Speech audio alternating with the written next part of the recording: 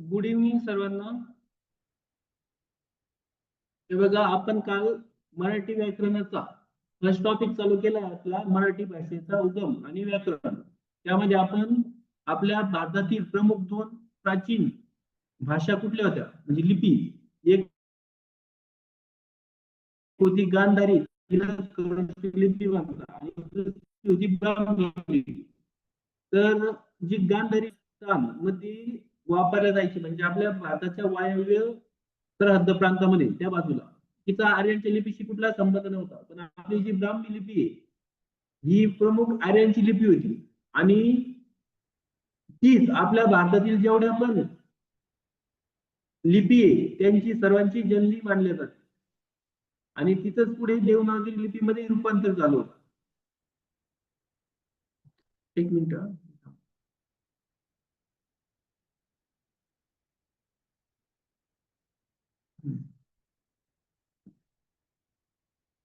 आपल्या भारतातील जेवढ्या लिपी आहे त्यांची जननी ब्राह्मी लिपी मानल्या जाते. तिथंच पुढे रूपांतर झालं होतं देवनागरी लिपीमध्ये. आता आपण जी देवनागरी लिपी म्हणजे आपली मराठी भाषा लिहितो, ही आपली देवनागरी लिपीमध्येच आपण तिला लिहितो, म्हणजे डावीकडनं उजवीकडं, आणि तिच्या डोक्यावर जी रेषा ओढतो टोपी देतो तिला काय म्हणतो आपण, शिरोरेषा किंवा शिरोरेखा.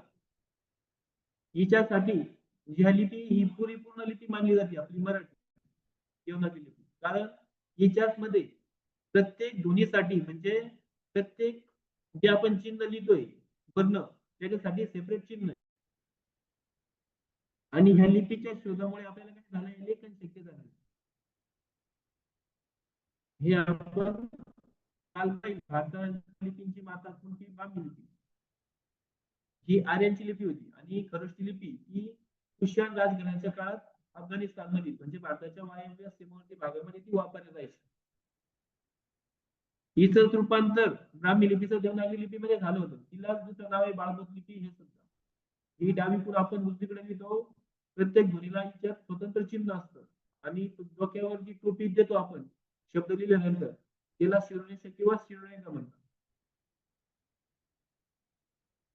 तर देवनागरी लिपीमध्ये कुठल्या कुठल्या भाषा लिहिल्या जातात हे काल मी दाखवलं. मराठी, हिंदी, कोकणी, नेपाळी, संताळी, सिंधी, संस्कृत. त्यामध्ये आपण अजून 3 पाहिल्या होत्या, पाली, बंगाली आणि गुजराती.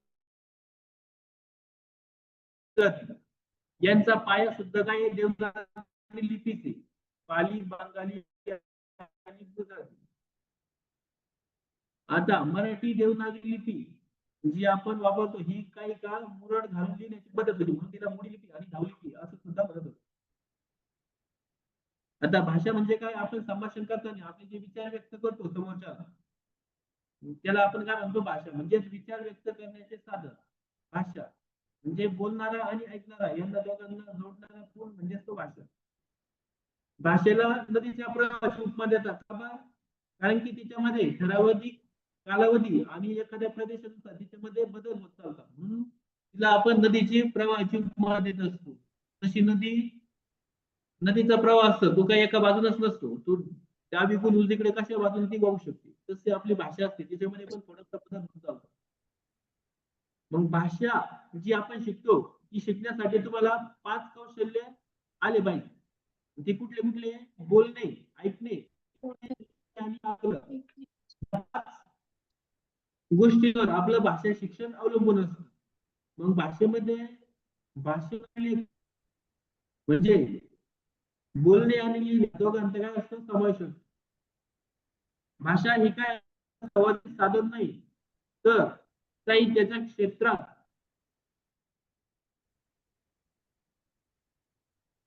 तिला आत्माविष्काराचे साधन मानले जाते. सर आवाज गुततोय सर.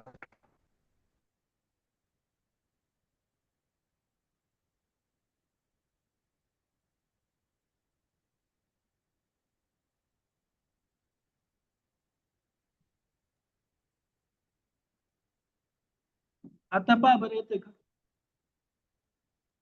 हा आता येतोय सर.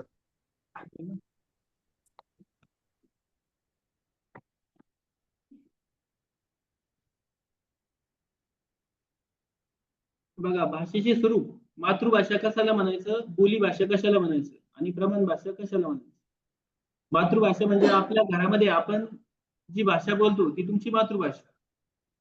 बोली भाषा म्हणजे तुमच्या दैनंदिन जीवनात तुम्ही व्यवहारासाठी जी भाषा वापरताय ती तुमची बोली भाषा. जसं आता तुम्ही बोली भाषा कुठली तुमची आपण संपर्कासाठी आपल्यासाठी वापरतोय मराठी, तुमची ती बोली भाषा झाली. मातृभाषा म्हणजे घरामध्ये आपण जी वापरतो, जसे आता काल मी सांगितलं होतं जे लोक तांड्यावर असतं बघा त्यांची भाषा बंजारा असते. मग अशा प्रत्येकाच्या घरामध्ये जी भाषा बोलली जाणार आपापल्या ती मातृभाषा. जशी आता काय मुलं घरी मराठीत बोलतात, त्यांची मातृभाषा मराठी, बोली भाषेची परत मातृ परत तशी काहीच आवाज नाही. गुंततोय सर. आवाजाचं आबळ आलंय त्याच्यामुळे होते वाटतं बरं का इथं. बरं बरं. आपली जी प्रमाण भाषा आहे तिचा उपयोग कुठे होणार आहे, राजकीय प्रादेशिक साहित्यिक किंवा शास्त्रीय दृष्टीने ज्या भाषेचा वापर करणार ती तुमची प्रमाण भाषा. आणि आपल्या मराठीच्या इतर बोली आहे.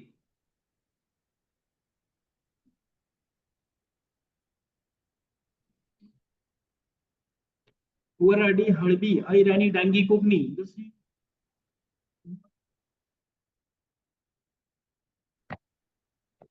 ऐराणी खानदेशामध्ये भाषा थोडासा बदल आहे. सर आवाज नाही येत आहे बरोबर. जसं की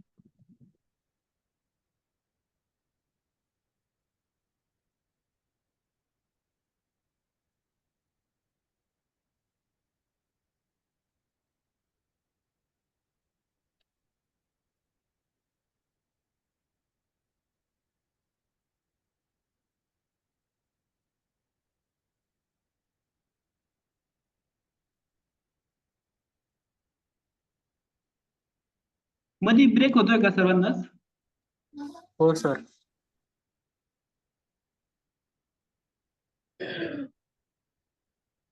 मी या बाजूला आहे ना थोडस कन्नड तालुक्यात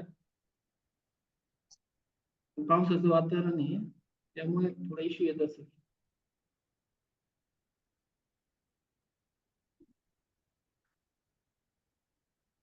एक थोडं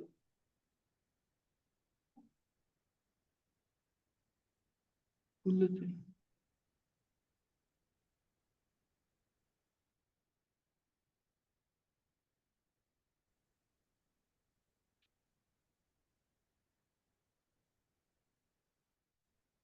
थोडा ऍडजस्ट करा, आवाज जर ब्रेक झाला ना किती दिवस आता रेंजचा इश्यू येणार आहे. त्या भाषेचे खालीलपैकी दोन प्रकार मानले जातात. एक होती तुमची स्वाभाविक किंवा नैसर्गिक, जी सजीव जन्माला आल्यानंतर त्याला ती जन्मताच आत्मसात होते, ती भाषा म्हणजे तुमची स्वाभाविक किंवा नैसर्गिक. आणि कृत्रिम किंवा सांकेतिक म्हणजे जी भाषा आपण शिकतो, जशी आता आपण मराठी भाषा शिकतो ती तुमची झाली कृत्रिम किंवा सांकेतिक, म्हणजे तिला कोणीतरी लिहून वगैरे ठेवलंय, तिचे वापर करून आपण जे चिन्हाचा वापर करून आपण तिला लिहितो, वाचतो, बोलतो, शिकतो, ती भाषा तुमची कृत्रिम किंवा सांकेतिक मध्ये. तिला की पुरावा आहे आणि नैसर्गिकला पुरावा नसतो. जे पशु पक्ष्यांचे आवाज, हावभाव हे गोष्टी येतात नाटक मध्ये. आपण मला ह्या दोन भाषा आणि प्राकृत भाषा शब्द संस्कृत मधल्या भाषा धातूपासून बनलेला आहे. लिपी हा शब्द संस्कृत मध्ये त्या धातूपासून आला. हा शब्द रूप झालेला शब्द.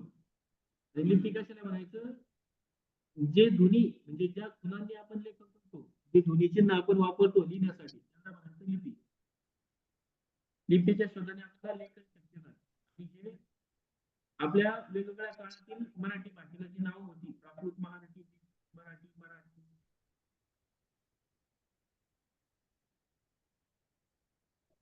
हे आपल्या भारतातल्या सर्वात जुन्या भाषा होत्या संस्कृत आणि तमिळ.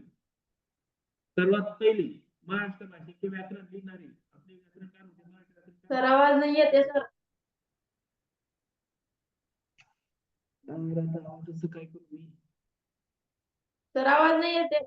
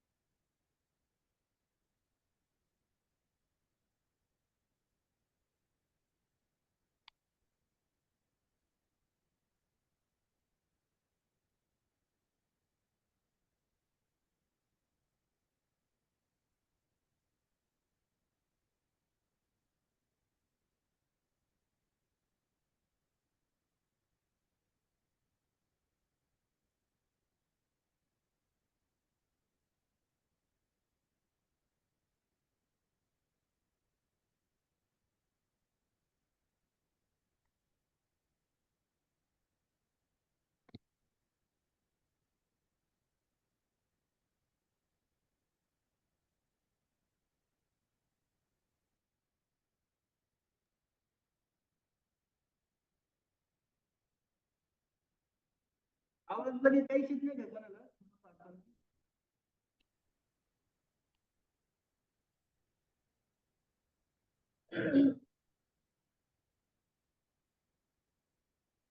आवाज थोडा पण येत नाही का कोणाला? थोडाफार येतोय सर.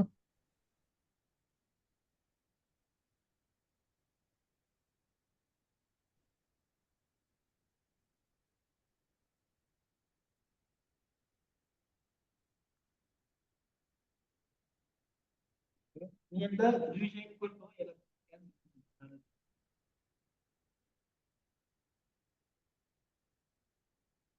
पण मी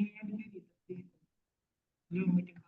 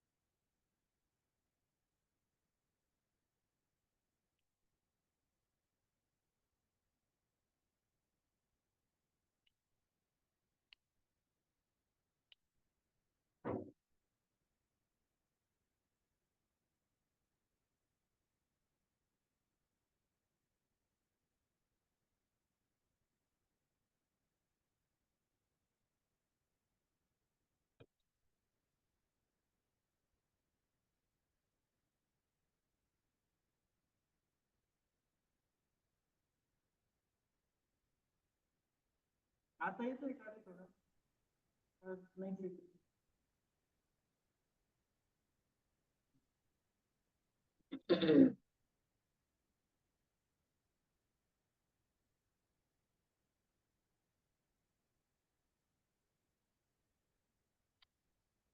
आता थोडंफार येतो की येतच नाही? हो सर येतोय सर. येतोय. हो.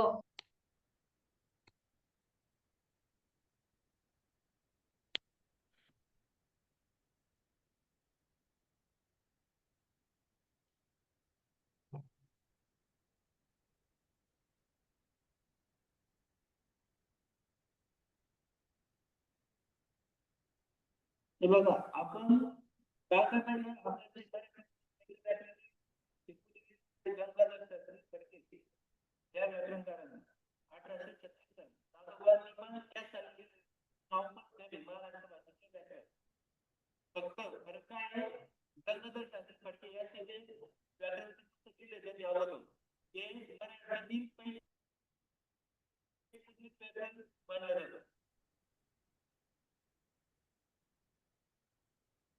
आणि दादोबांनी त्यांना आपण आद्य व्याकरणकर्ते या नावाने ओळखतो. तसंच मराठी भाषेचे पाणिनी या नावाने सुद्धा आपण त्यांना ओळखतो. भारतातल्या सर्वोच्च भाषेमध्ये संस्कृत आणि तमिळ आपली भाषा विकसित झाली संस्कृत आणि प्राकृत मिळून. हे जे काल आपण बेसिक पाहिले मराठी भाषेचे शिवाजी कोण आहे? विष्णू शास्त्री चिपळूणकर, जॉन्सन विष्णू शास्त्री चिपळूणकर. याच्यावर आपण थोडेसे क्वेश्चन सॉल्व्ह करू. वर्णमाला आणि बाकीचा लागेल पाठ असतो. हे बघा, अभिजात भाषा खालीलपैकी कोणती नाही? मराठी, तमिळ, बंगाली आणि गुजराती याच्यामध्ये कोणती भाषा अभिजात नाही?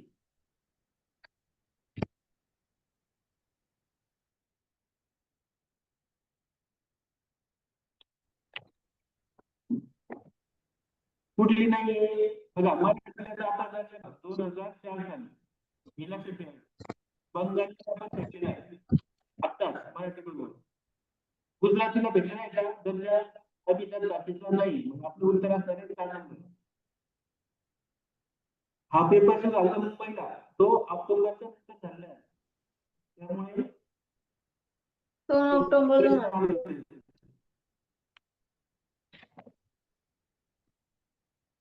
नाही, हे बघा, जळगावमध्ये विचारलेला सिंपल एकदम. मराठी भाषेचे प्राणी कोणाला म्हणतो? दादोबा पांडुरंग खडकर यांना. आपला मराठी भाषेला अभिजात दर्जा देण्यासाठी शासनाने कोणाची अध्यक्षतेखाली समिती नेमली होती? त्याच्यामध्ये एकूण 9 सदस्य होते आणि एक अध्यक्ष होते. कोण होते? रंगनाथ पठारे. 10 जानेवारी 2012 या दिवशी समिती नेमली होती. तिने स्थापन केला. अभिजात भाषा एखाद्या भाषेला दर्जा देण्यासाठी ती कमीत कमी 1,500 ते 2,000 वर्षांपूर्वी पासूनची आणि आजपर्यंत तिचा वापर पाहिजे. ती इतर कुठल्याही भाषेवर डिपेंड असली पाहिजे. म्हणजे तिला स्वतःचा स्वयंभूपणा असला पाहिजे. तिच्यावर कोणाचा प्रभाव नसला पाहिजे दुसऱ्या भाषेत. आता मराठी भाषा देवनागरिक सर, देवनागरिक. आणि तिला कसं जमायला बाळगली. मग कोणते आपण देवनागरी बाळगली. बाळगोत.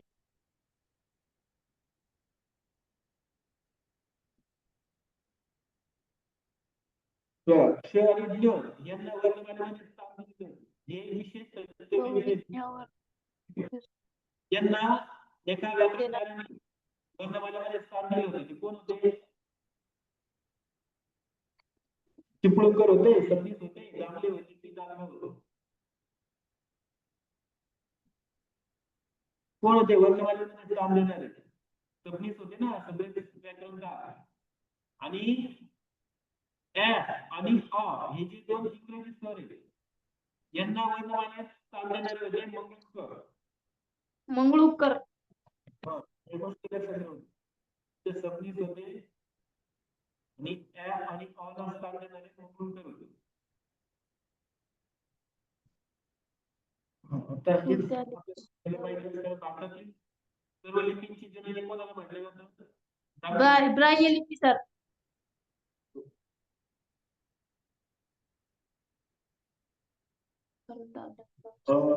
मी घेऊ आपण खालीलपैकी कोणता सूर नाही? 4 नंबर ग सर.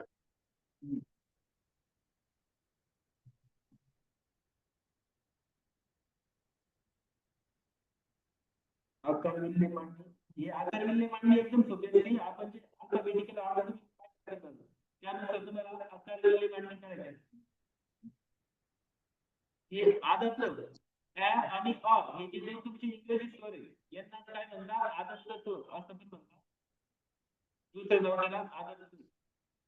मग यांना शिफारस कोणी दिली ती वर्णमालेमध्ये काढण्यासाठी? मंगळूरकर. अरविंद मंगळूरकर.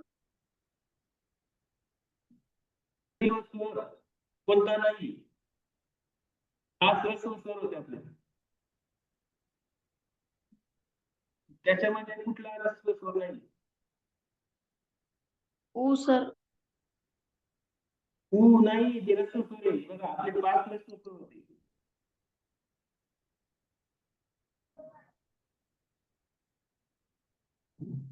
ओ,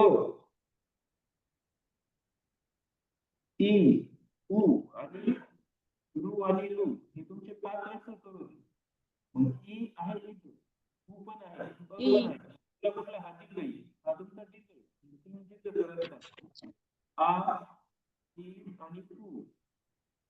हे लक्षात ठेवून संयुक्त स्वर ओळखायचे. चार संयुक्त स्वर होते आपले. संयुक्त स्वर कसे बनतात? इतर दोन स्वरांचे बनलेले असतात. मग ते कुठल्या संयुक्त स्वर खाली चार पैकी ए, ऐ, ओ आणि औ हे तुमचे चार संयुक्त स्वर आहेत. हे इतर दोन स्वरांचे मिळून बनलेले आहेत. E sir, E sir. E हा तुमचा ई काय सर. दीर्घ स्वर आहे. तर संयुक्त स्वरामध्ये नाही तुम्हाला संयुक्त स्वर ओळखायचे नाही. संयुक्त स्वर एकच आहे. ओ आ संयुक्त स्वराचा 2 नंबरचा ए ऐ ओ औ असे चार आहेत ना ते. तुम्हाला ओळखायचे सांगितले नाही असं नाही. ओ हा संयुक्त स्वर आहे. क आणि स आहे. आ दीर्घ आहे आणि ला ई पण दीर्घ आहे. हे तुमचे तीन येणार नाही. तुम्हाला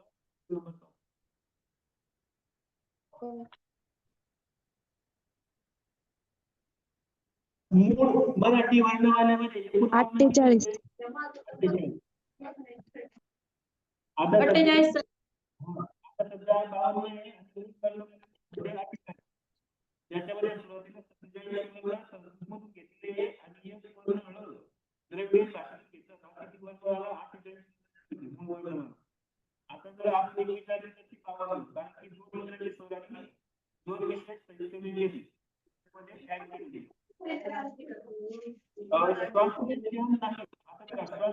कुठले जे आपले कठोर 13 कठोर वेगळे होते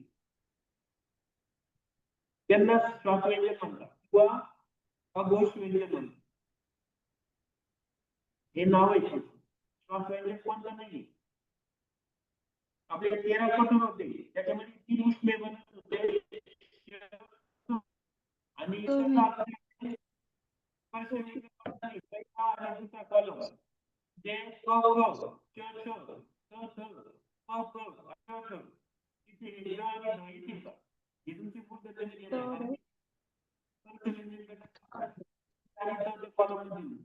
सर तुमचा आवाज येत नाही नीट.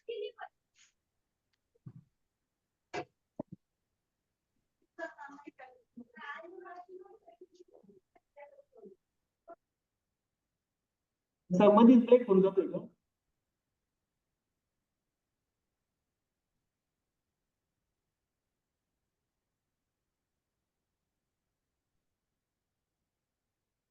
खालीलपैकी कोणती भाषा देवनागरी लिपीमध्ये नाही? कोणती भाषा अशी देवनागरी लिपीमध्ये लिहिली जाते? म्हणजे कानडी. कन्नडी सर. कानडी. बघा नेपाळी ही देवनागरीमध्ये लिहिली जाते. हो. गुजराती, पाली,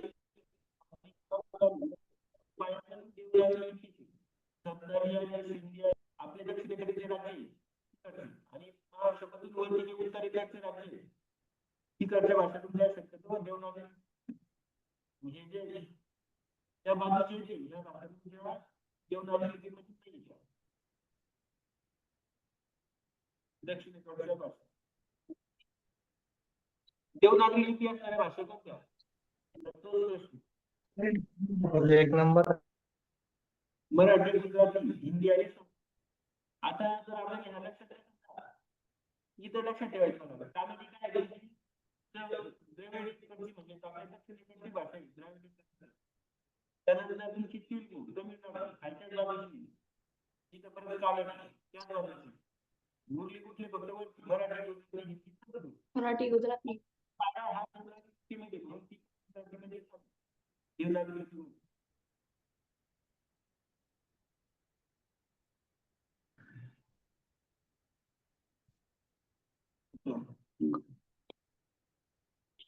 मराठी भाषा कोणत्या भाषेपासून? संस्कृत आणि प्राकृत. प्राकृत.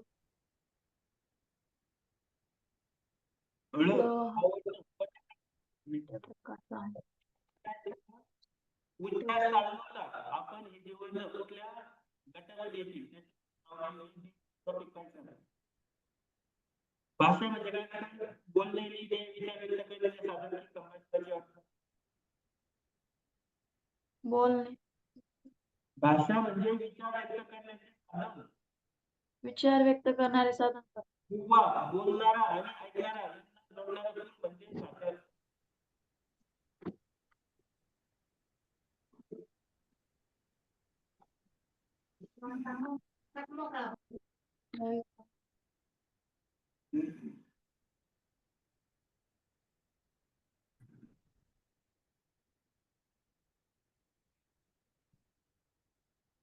जसं की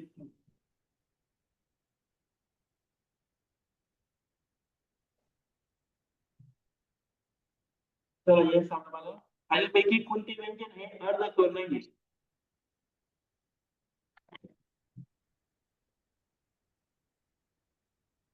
चार आपले अर्धस्वर आहे. य, र, ल, व. श श सर. हा शेजारीचा उष्णे व घरच्या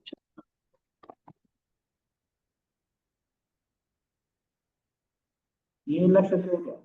य, र, ल, व हे अर्धस्वर आहे. का बरं? यांच्यामध्ये स्वराची छटा आहे. चार स्वरांची. य मध्ये ई हा स्वराची छटा आहे. र मध्ये सर तुमचा आवाज येत नाही. आता जे म्हटलं त्यांना आवाज येत नाही की बाकीच्यांना येत नाही सगळं. ते काय होतंय काही नाही म्हणजे माझ्या आहे का?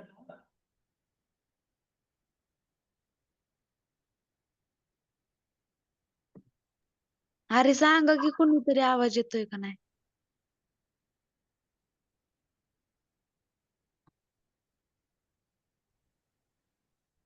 सर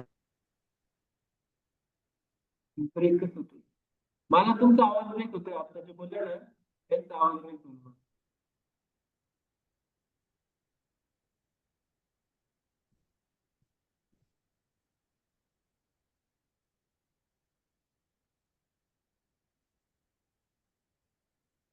हे बघा व मध्ये उ हा स्वर असतो आणि जो लू आहे तो आहे.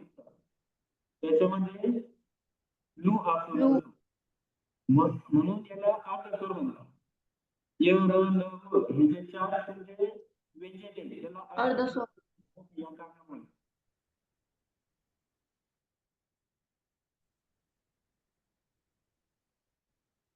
खालीलपैकी र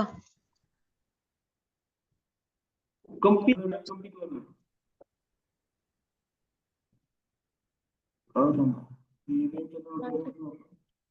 मृदू वर्ण किती आहे? 13 सर. आपले मृदू वर्ण 13. कठोर व्यंजन 13 आहे. मृदू व्यंजने सांगा तुम्ही किती आणि मृदू वर्ण किती? 37 सर. 37. हा. 37 आहे सर. 37 आहे. 37. 20 आहे. आणि कठोर व्यंजने 13 आहे. महाप्राण किती? 14 आहे. अल्पप्राण किती? 20 सर. 20 आहे. हा हे लक्षात ठेवायचं. बघा वर्ण म्हटलं की त्याच्यामध्ये स्वर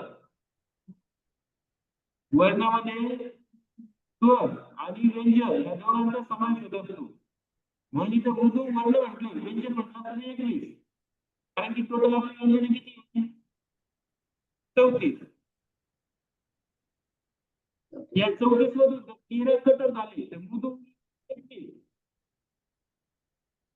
हे लक्षात राहू द्या. वर्ण म्हटल्यावर त्याच्यामध्ये तुमचे जे 14 स्वर असतात आणि 2 स्वराचे यांचा पण समावेश होतो. ते 16 आणि हे उरलेले 21 व्यंजने मृदू अशी मिळून ते टोटल 37 मृदू वर्ण बनतात. या गोष्टी पाठवत राहू द्या. याच्यावर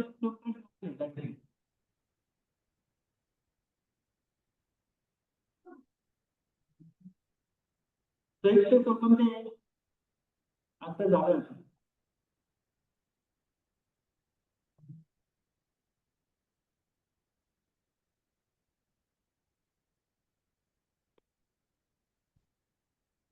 संयुक्त स्वर चार आहेत ना, ए, ऐ, ओ आणि औ. हे तुमचे चार संयुक्त स्वर आहेत.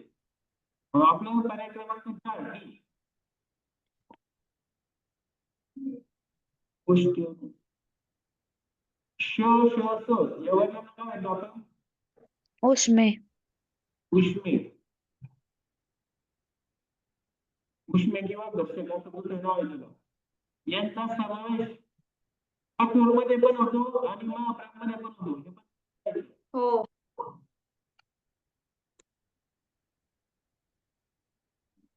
ज्या अक्षरांचा स्वर किती आहे एकूण आपले?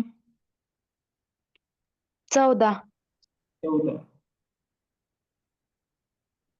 महाप्राण किती आपल्या साईडला होता? किती आहे महाप्राण? 14 सर. 14. 14 आहे महाप्राण 14. मी मराठी भाषेचा शिवाजी असे कोणी म्हटले? कोणी मराठी भाषेची शिवाजी? विष्णू शास्त्री. विष्णू शास्त्री चिपळूणकर. बरं, हे सांगायला सोपं आहे तुम्हाला. आपण जे व्यंजन लिहितो बघा, याच्यामध्ये जर आपल्याला त्याला अक्षर बनवून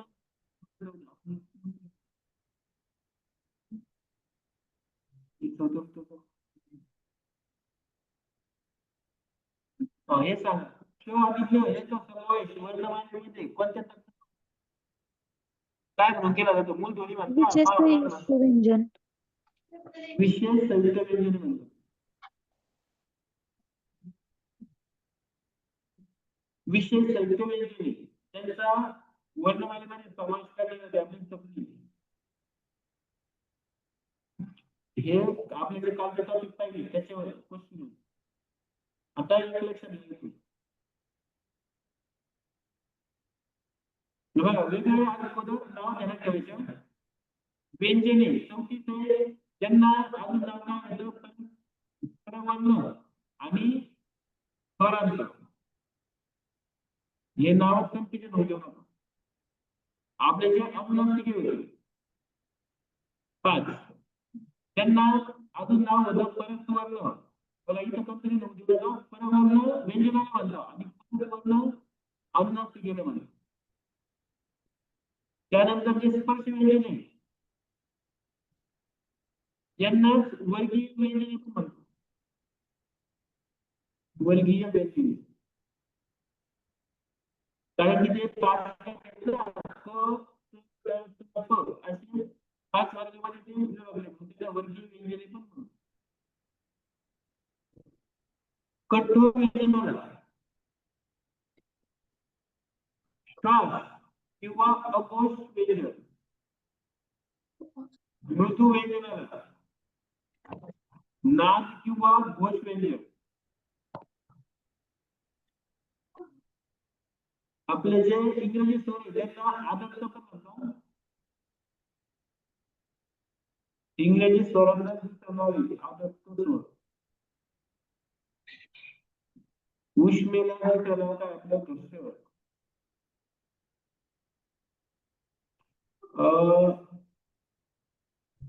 जे स्वर आहे त्यांना टच म्हणतात दुसरं नाव, आणि व्यंजने त्यांना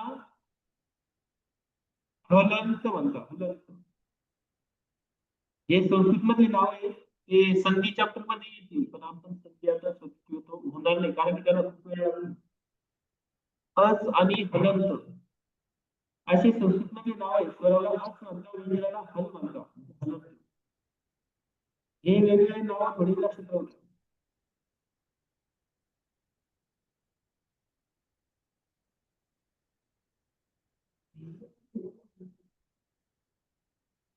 आता बघा सगळी स्वर कशाला म्हणायचं आणि विजातीय स्वर कशाला म्हणायचं.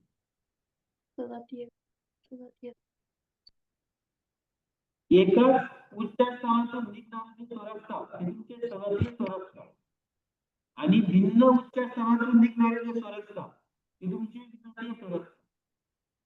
सजातीय स्वरांच्या जोड्या लक्षात ठेवायच्या. याच्यावर सजातीय स्वरांच्या 3 जोड्या आहेत आणि त्या 3 जोड्या सोडून बाकी जेवढे पण स्वरांच्या जोड्या बसतात त्या तुमच्या विजाती असतात. अ आणि आ या एकाच उच्चारातून निघतात बघा. अ आ ई ई उ ऊ या तुमच्या 3 जोड्या आहेत नदी स्वरांच्या. या 3 जोड्या सोडून बाकीच्या जेवढ्या पण जोड्या बसतील त्या तुमच्या सदा स्वर आहेत. विजाती. तर अ ई हे तुमचे विजाती स्वर होतात. ए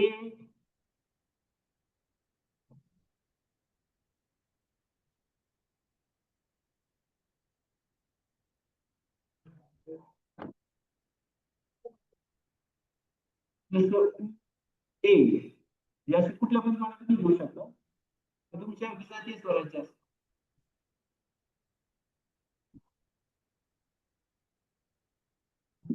मग हे फक्त तेवढी व्याख्या लक्षात ठेवा. एकाच उच्चारातून निघणारे स्वरांना सजातीय स्वर म्हणतात आणि भिन्न उच्चारातून निघणारे स्वरांना विजातीय स्वर म्हणतात.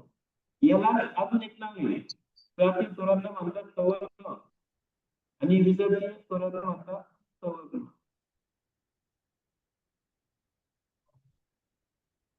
पूर्ण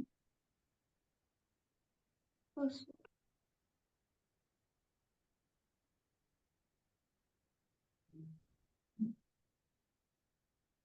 आता अक्षर कशाला म्हणाले? अक्षर त्यानंतर तुमचं संयुक्त स्वर, अक्षर संयुक्त व्यंजन,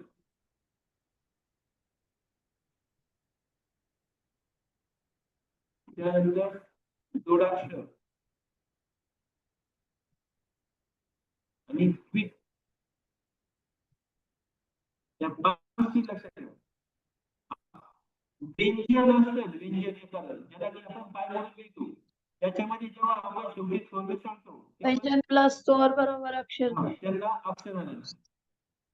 संयुक्त स्वर कशाला म्हणायचं? आता जे आपले 4 संयुक्त स्वर आहे ए, आई, ओ आणि औ. हे काय आहे? इतर 2 स्वरांची मिळून बनलेले. म्हणून स्वर प्लस स्वर यांना म्हणायचं तुम्ही संयुक्त स्वर. संयुक्त व्यंजन कशाला म्हणायचं?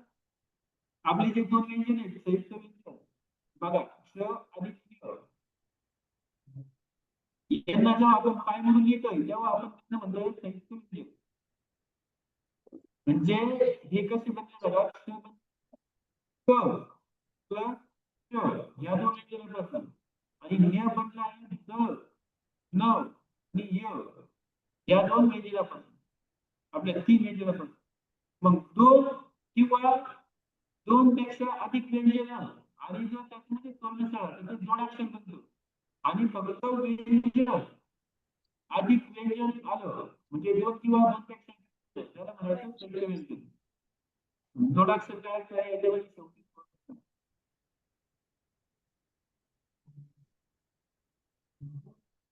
द्वित्व कशाला म्हणायचं?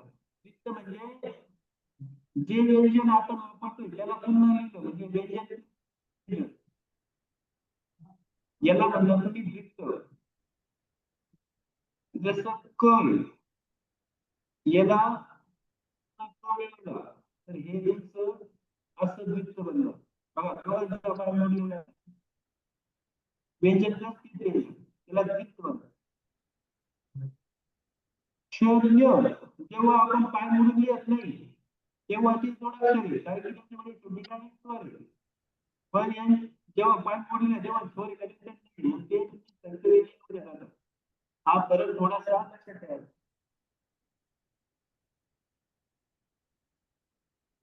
जे कधी कधी आपण जोडाक्षर सांगा त्यावेळेस ते कन्फ्युजन सर आवाज नाही येते सर. आवाज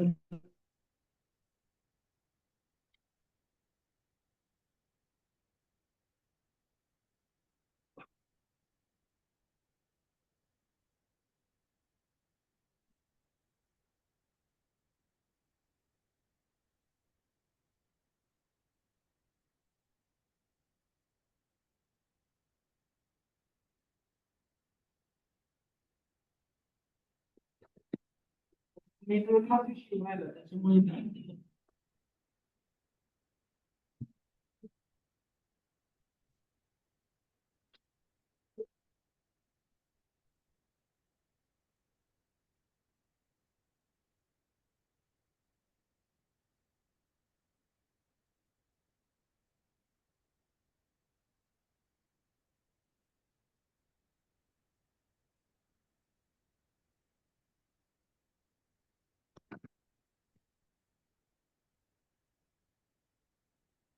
आवाज येईल का की नाहीच येते?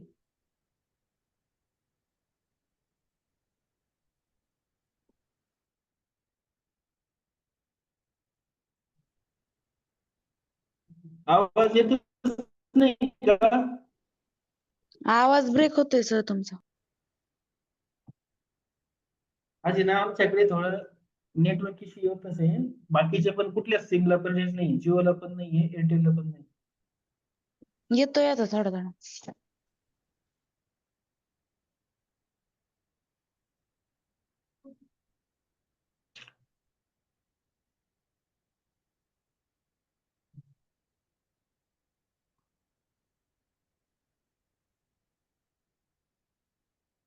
बघा, वर्ण आणि त्याची उच्चारस्थाने.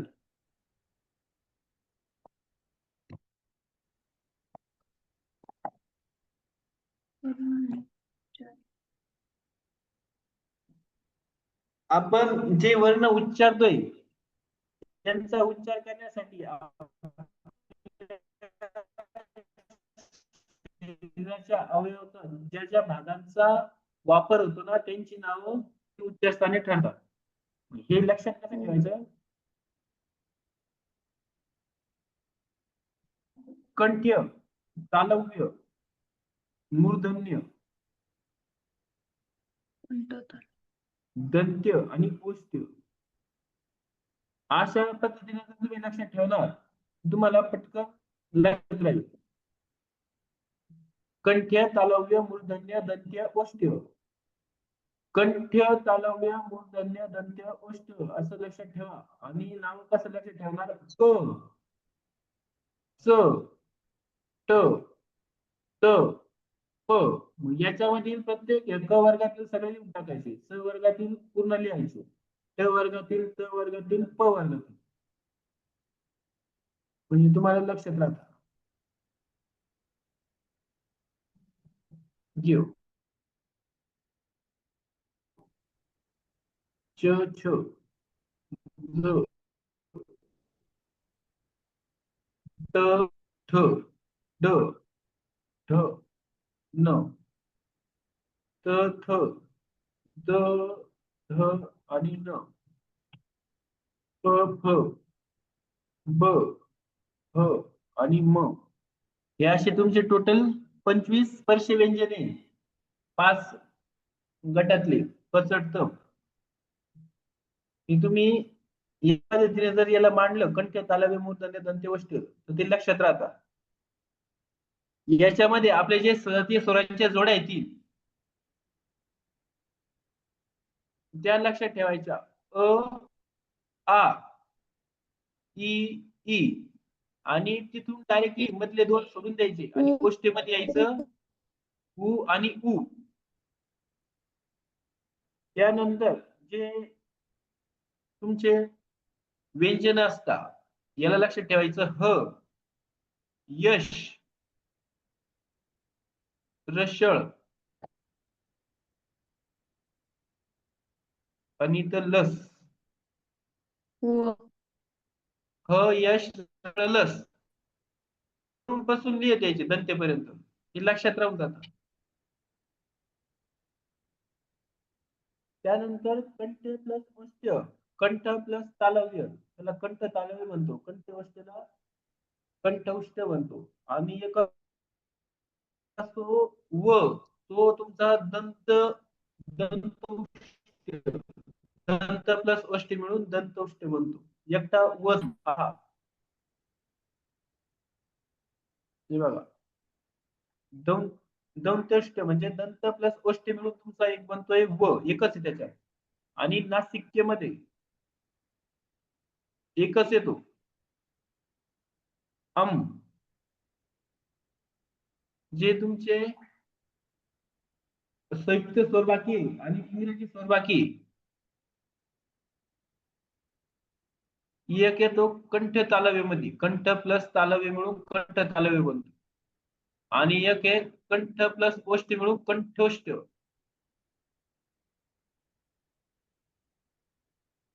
याच्यामध्ये अ हा इंग्रजी स्वर आणि कंठोष्ठ मध्ये अ हा इंग्रजी स्वर. आणि जे चार संयुक्त स्वर आहे ए आणि ऐ ते कंठ तालव्यामध्ये. आणि जे उरलेले दोन आहे ओ आणि औ हे तुमचे येणार कंठोष्ठमध्ये.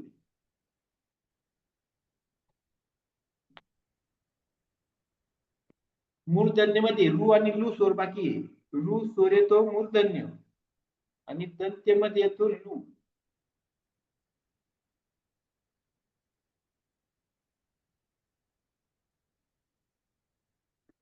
हा आपण फक्त मूर्धन्यमध्येच येतो. जो स्वर एक बाकी तुमचा विसर्ग. अशा पद्धतीने थोडेसे ध्यानात ठेवा, लक्षात राहते.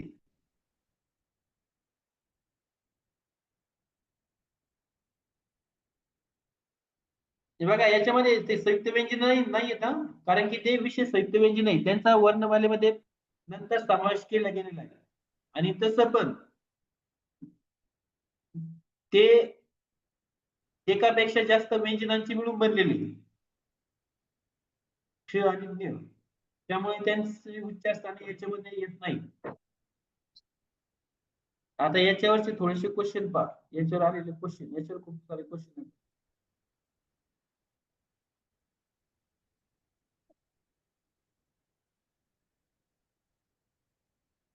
इथं सांगा ओष्ठ कुठला आहे? ओष्ठ वर्ण नाहीये, 3 ओष्ठ येणार आहे, एक येणार नाही. कंठ्य तालव्य मूर्धन्य दंत्य आणि ओष्ठ असं ध्यानात ठेवलं होतं. प म्हणजे प गटातले येणार इथे. प गटातले सोडून बाकीचे सगळे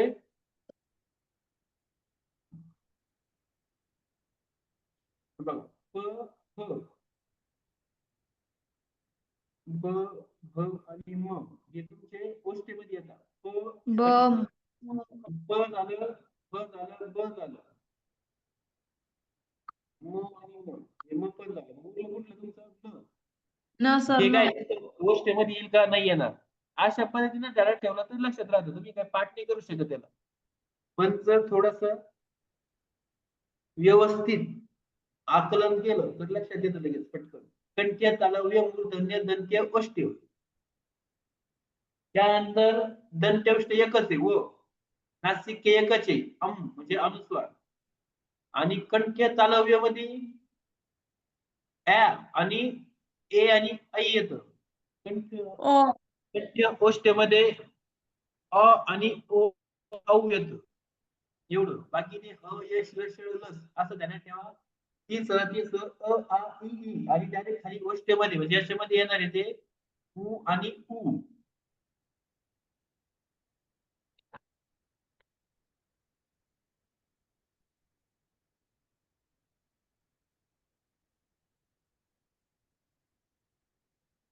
बरं हे जोडाक्षर सांगा मला, कुठले जोडाक्षर नाहीये? अक्ष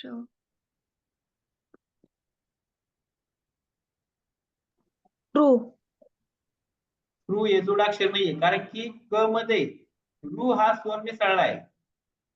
जोडाक्षर काय असतं आपलं व्यंजन प्लस व्यंजन. श याला पाय म्हणून लिहिलेले नाहीये दोघांना, म्हणजे काय तुमचे जोडाक्षर आहे. आणि म काय तुमचं जोडाक्षर आहे, कारण की म ह आणि मग त्याच्या स्वर आहे. म्हणजे 2 पेक्षा जास्त व्यंजन आणि मग स्वर असला तर ते जोडाक्षर बनतो. रू मध्ये ते डायरेक्टली रू हा स्वर आहे आणि एकच व्यंजन आहे ना ते. एका 2 तरी व्यंजन पाहिजे कमीत कमी आणि मग स्वर पाहिजे, तेव्हा ते जोडाक्षर बनतं.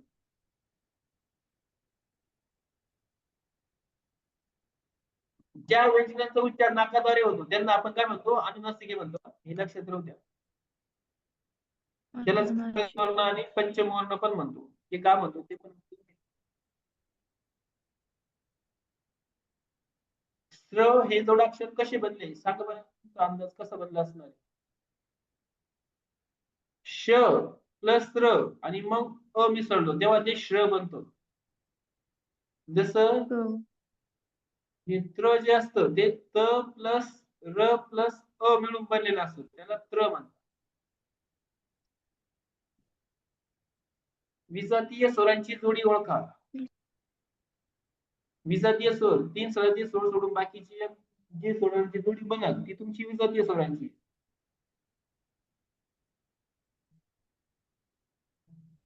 अ, आ, ई आणि उ सर. हा मग हे उरलं कुठलं तुमचा 1 नंबरचं उ आणि ए तुमचं काही स्वर विजातीय स्वरांची जोडी नाहीये.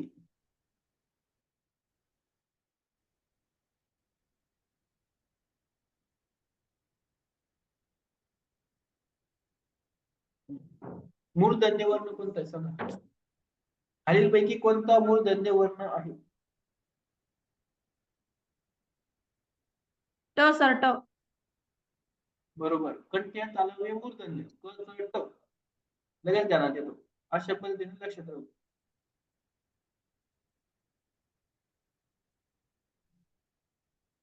ळ हा वर्ण कोणत्या प्रकारातील आहे? मूर्धन्य, ओष्ठ्य, कंपनयुक्त की दंत तालव्य? मी सांगितलं बघा. ह यश रशळ आणि लस असं ध्यानात ठेवायचंय. ळ कशात येईल?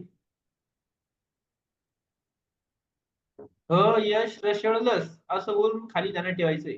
कंठ तालव्य मूर्धन्य तिसरा आहे तो मूर्धन्य मध्ये.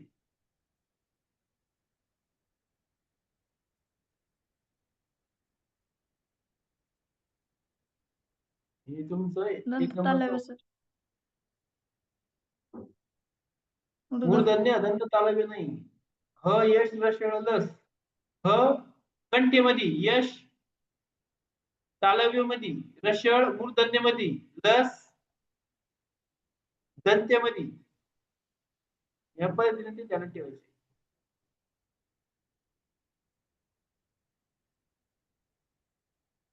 आता हे झाले.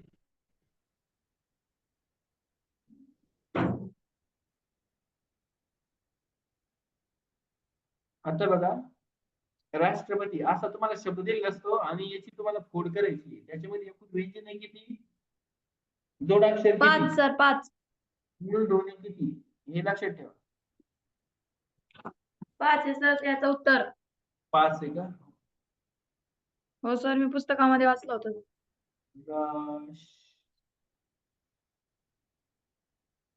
राष्ट्र हो. हो सर 5च आहे.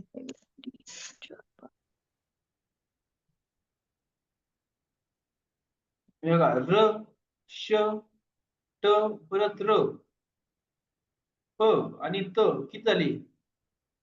तुम्ही चुकला कुठं माहिती का? र 5. दर्शवण्याच्या पद्धती.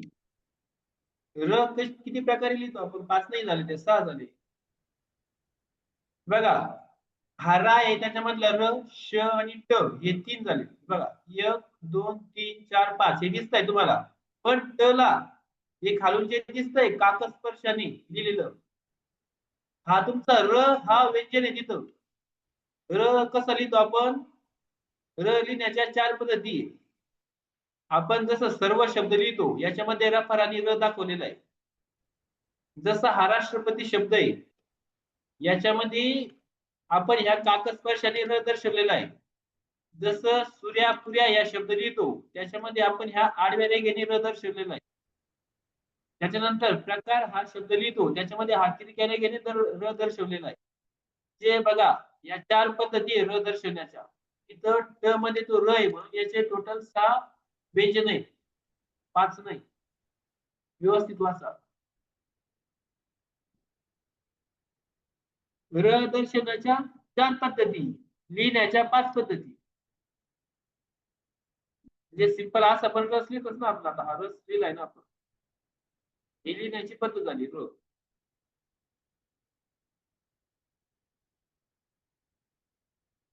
याच्यात कन्फ्युजन होऊ देऊ नका.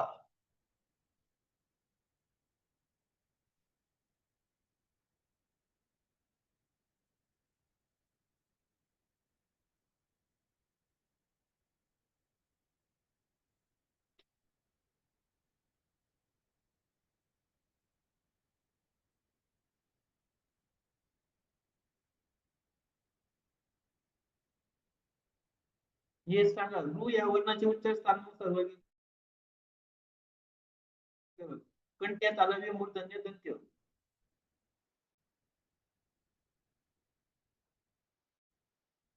रू हा मूर्धन्य मध्ये येतो, लू हा दंत्य मध्ये येतो.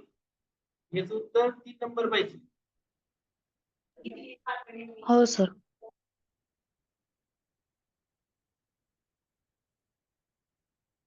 अर्धा दंड असणारे पण अर्धे होऊ न शकणारी व्यंजने.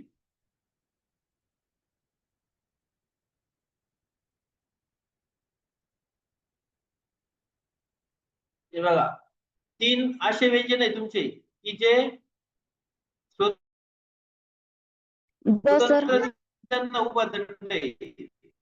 ग, न आणि श अशी 3 व्यंजन आहे ज्यांना स्वतः कॉफी असं नाव ध्यानात ठेवलं तर यांना मध्ये उभा दंड आहे. क आणि फला कॉफी नाव ध्यानात ठेवा. गणेश कॉफी. र हा वर्ण तुमचा कंपित वर्ण असतो आणि तसाच तो दंडरहित वर्ण आहे. याला कुठलाच दंड आहे का बघा, ही अशी वाटी हे असे देश, याला दंड नाही. आणि अर्धा दंड असणारी कुठली आहे, ट आहे, ठ आहे, ड आहे, हा दंड आहे ना त्याला. ही अर्धा दंड असणारी तुम्हाला ओळखते.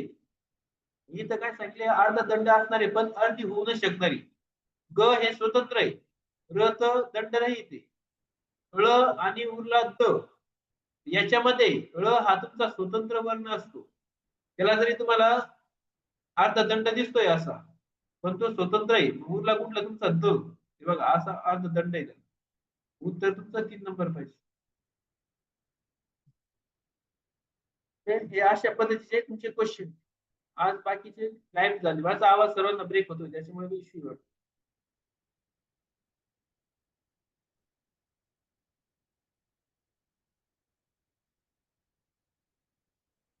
आपला हा चॅप्टर इथं संपलाय. एक आकार विल्ले मांडणी बाकी आहे, ती तुम्हाला येतील. अल्फाबेटिकल ऑर्डरने फक्त शब्द मांडायचे असतात.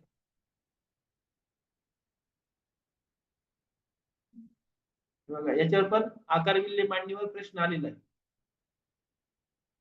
याच्यानुसार ठरवायचं बघा, प्रत्येक शब्दात अ अ अ अ आलेला आहे अगोदर.